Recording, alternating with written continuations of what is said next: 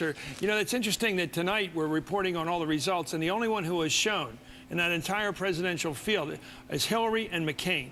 John Edwards not to be heard from tonight, nowhere out there. Mitt Romney not to be heard from tonight. Rudy Giuliani, I didn't see him tonight. Where are all those people? They didn't play a big role in tonight's election night. They were out in the field. They didn't make a point to show up tonight. I found it interesting. Well, the whole 2008 field and what is to be expected from it has changed tonight because we're not going into the end of an 8-year one-party rule in Washington. Now it's a totally different playing field. Who will emerge? Who are the Democrats' leaders now that they have at least the House and maybe the Senate as well?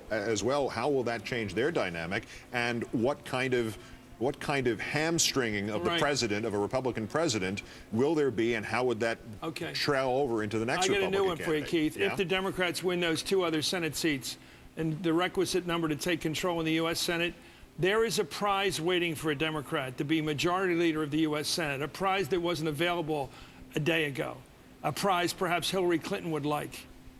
She has an option now. She doesn't have to run for president. She can be the leader of her party in the Congress. That's not a bad role for someone in their second term. Not a bad role for someone who would have to risk all to run for president, but would have it all right now if she cuts a deal, as we've heard so often is available to her with Harry Reid, and take control of the Senate. As you suggest, the entire playing field will change, not just in terms of the next 2 years, but as 2008 approaches, and who runs, who doesn't, and what is available to them now. What is the power now sufficient for the aspirations of these individual Democrats? Well, I believe we'll have our first woman president when she can be the leader of a parliament first, rather than have to run as an individual in a kind of a John Wayne commander-in-chief role. Therefore, Hillary can become leader of this country if she becomes leader of the Senate, and people get used to her as the leader of a party, in effect leader of the country and its legislative branch. Over time, they'll get used to the idea of her as president, to just quit the legislative branch without having become a leader, and taking yourself before the American people and say, make me your leader. That is a big jump in history. Well, with Senator-elect McCaskill in Missouri, we now have 16 women in the Senate. And speaking, we are now down, probably, at least from the Democratic point of view, we're down to Montana, and we may get a call on that. The governor of that state saying Tester Burns will be called in the next half hour. A spokesman for Conrad Burns' campaign saying the race is definitely tightening, admitting that the Democratic challenger, Jon Tester, is leading in Yellowstone County. The Republicans have to win that to win statewide. It may come down to Yellowstone County in Montana to determine if the Democrats take the Senate as well as the House. That is what we're going to be following after this next break, Chris. It's you got to get out your map quest.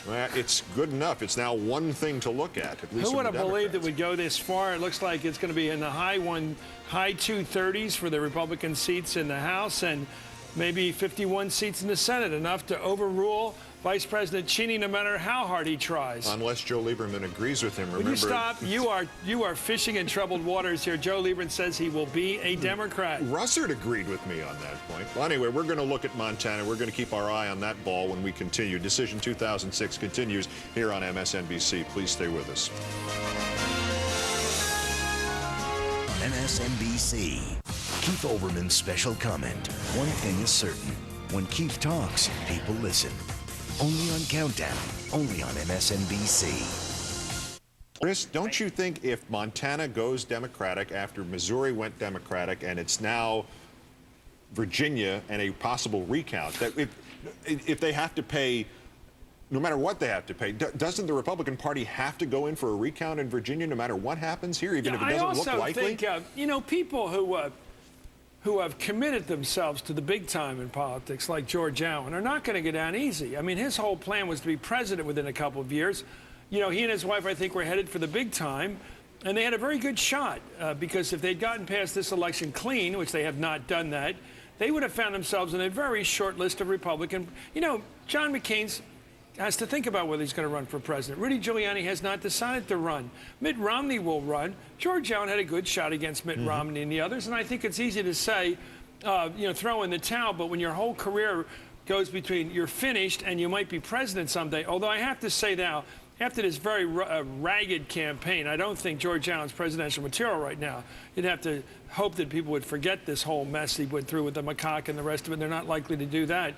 But I think that you know, it's very hard to quit. I will go back to this. I am so impressed by young Harold Ford Jr.'s ability to take it. And maybe being young allows him to take it because he knows intuitively at 36 he can come back another couple of times and go after Lamar Alexander when he comes up for re-election, or hope that he will retire. He has a good shot at a future right now. Let's go back to Missouri, where Clair McCaskill's evident victory, certainly evident both from the projections, from all the numbers that are there, from the concession of the incumbent senator. She won. Jim Talent.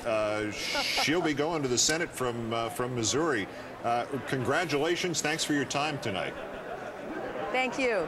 I would think people nationally know this campaign based on that Michael J. Fox commercial and the subsequent extraordinary reaction, overreaction to it in many quarters. Do you think that was pivotal in this, or was it just a component in what happened for you in Missouri today? It was just one piece of the campaign. The national media certainly made a lot of it, but here on the ground, it was more about Iraq. It was about change. It was about accountability and health care.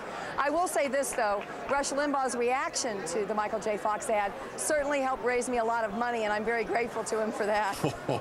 Well, there's an old rule I'd like to coin in politics. Don't pick on somebody your size, pick on somebody bigger than you. Picking on Rush Limbaugh, just like you pick on Bill O'Reilly all the time, it's a pretty good strategy. You pick on somebody that has a lot of fans, obviously, but also a lot of critics. That does drum up interest in you. Well, I think the whole thing did raise the profile of the race, but it's great to have you on. Congratulations, Clair McCaskill. You've beaten a guy who had no firing offenses. You still beat him. You picked the race and you won it. Congratulations. In the middle of the country, Missouri has turned Democratic.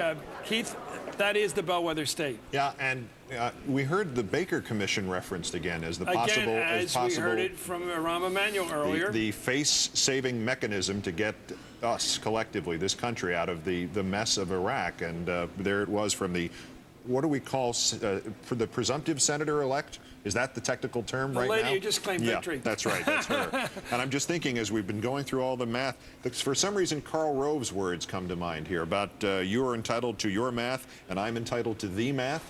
I don't know what that means. It's the new math tonight. I'm impressed. What a nice person she seems to be, and she won.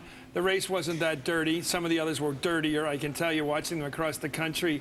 And the president's got to deal with that. What we just heard, a confident person with the mandate of the people behind her in the swing state of the union, the president can't ignore that. And now the swing state in the union is Montana. Nora. Are extremely optimistic, and in fact, a spokesperson for John Tester, the Democrat, said, "I think we've got this one."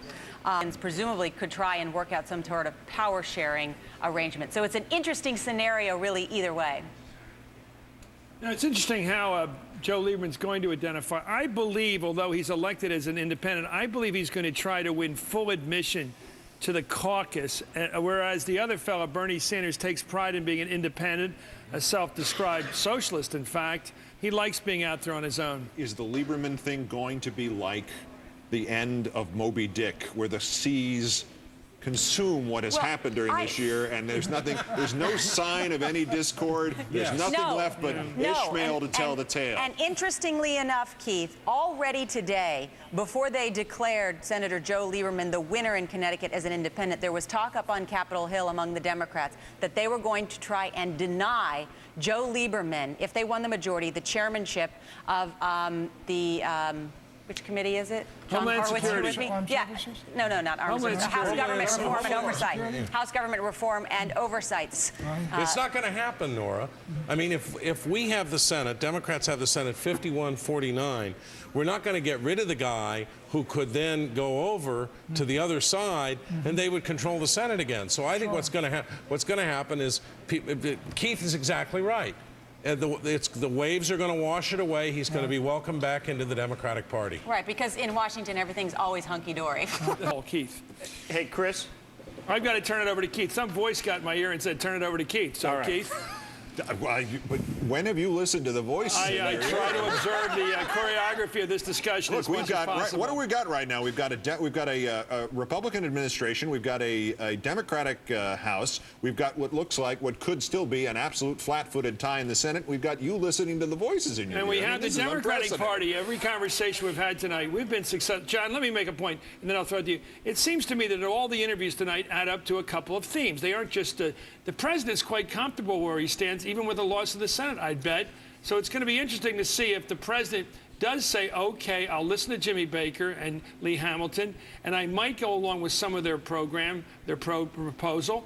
But the Democrats don't yet this moment, as of tonight, have the fiber to offer a clear-cut alternative to this president. It's so obvious. But when you interviewed Ken Mehlman, did you not hear a hand coming out a little bit from outside the sleeve, some sort of gesture there, at least in tone that suggested there was somebody who's going to negotiate? To elicit that, to seduce that, if you will, by saying, how can you have a political settlement in Iraq under our governance and our sponsorship if we don't have a political settlement here in the United States first? And he kept claiming his lack of competence in that area, that he couldn't negotiate such a question.